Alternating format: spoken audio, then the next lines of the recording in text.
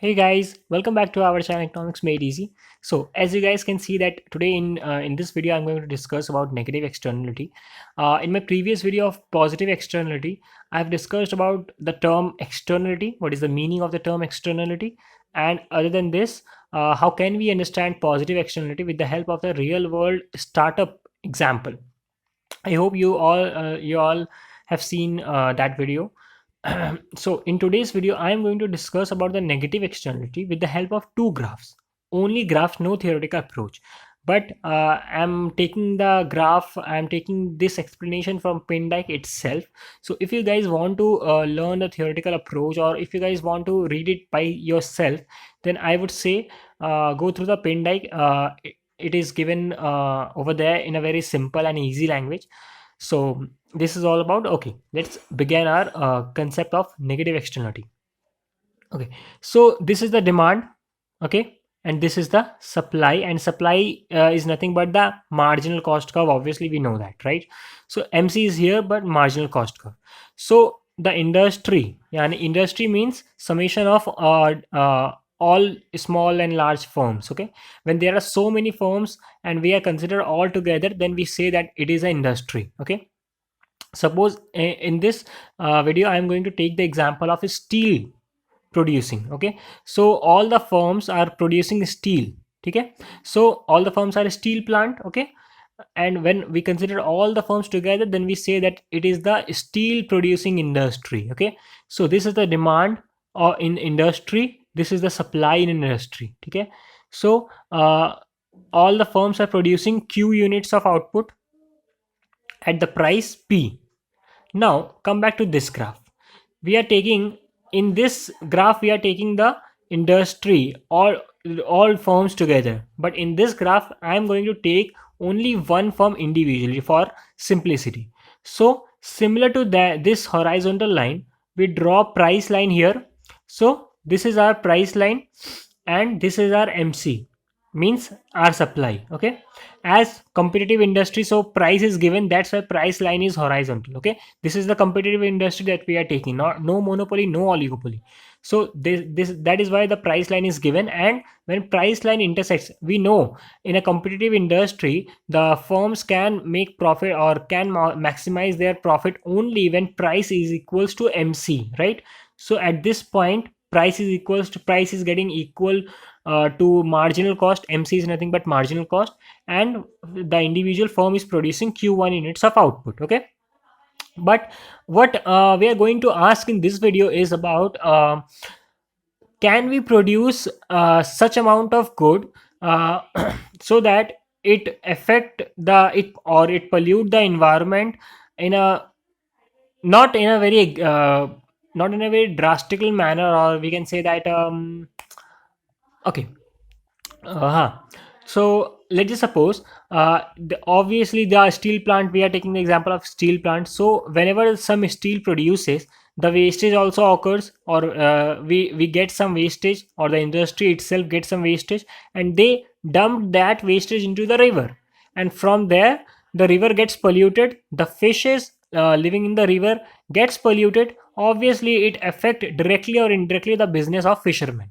Yeah, so this is all about. So now we are asking the question, uh, whether is it possible to produce such amount of good that the fisherman also, the impact of the fisher on the fisherman also gets lowered by some amount. Obviously it will not entirely get removed, but if it can be lowered by some amount, then obviously it would be helpful for the environment and for the industry of steel plant as well. Okay, so this is the question that we are asking. So initially the firm is producing at this point at q1, and we know that this is the MEC. What is MEC? MEC is nothing but marginal external cost. The This is the MEC of the steel plant that they are producing.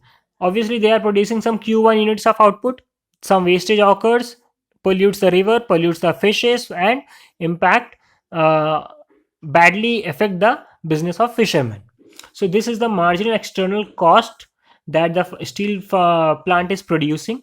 And obviously it is increasing because whenever we increase our, if we keep the quantity, or the if we keep increasing our output, then definitely the wastage will keep occur in a very large amount, and definitely the marginal external cost will will be rising or will be increasing. Okay, so when we sum both MC and MEC, then we get some curve called MSC. MSC is nothing but marginal social cost. Okay, so this is the marginal social cost that the steel firm or the steel plant firm is producing. So now it is beneficial when or if the firm can produce at this point where the output gets reduces at the price level P1. As obviously we are taking only one firm, then definitely it will not affect the price of the competitive industry. So that's why price is unchanged here. But the output, see, but the output reduces. Why? Because we are trying to find out the efficient output so that it will be benefited to environment and as well and to the steel plant as well.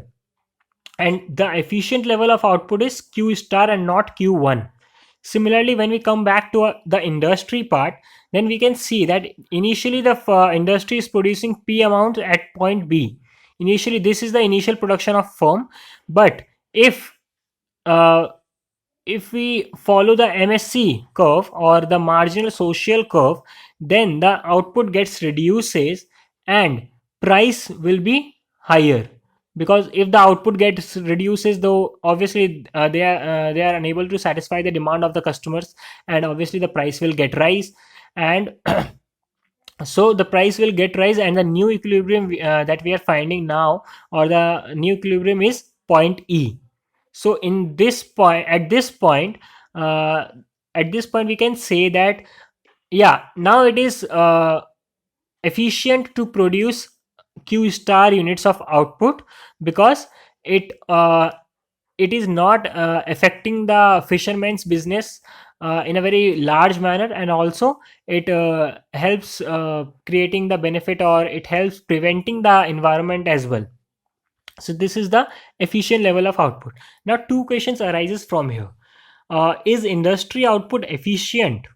Obviously not, when if we can see that the initially the industry is producing Q units of output, but we can see that the efficient level of output is Q star and not Q. So definitely industry output was not efficient at the previous time, because they are producing too much output. Okay, and the second question arises, what is the cost to society? So this is the triangle AEB. See the triangle AEB, and the cost to society comprises of two cost. The first cost, if the output reduces, then definitely the steel plant cannot maximize their profit as compared to the initial level, so they are worse off. Okay, and at the same time the consumers are also worse off. Why? Because the price gets rises, so they have to pay the more amount to the in order to buy the steel. Okay, so in this the consumer and also the industrialist both are getting worse off and not better off. So this is the cost, this is the social this is the cost to society, the triangle AEB, the gap. This is the graph portion. Okay, but obviously the new output, or the or this output is efficient because it is helpful, or it it is benefited for our environment, or we can say that it helps us from it helps us it prevents us from the pollution, right? So overall this is this is the efficient outcome. So this is all about negative externality. If you guys have any questions or if any doubts regarding the graph, then please comment below, or you can message me or text me at the economics made easy FB page, and I'll get back to you soon, as soon as possible. Thank you for watching this video.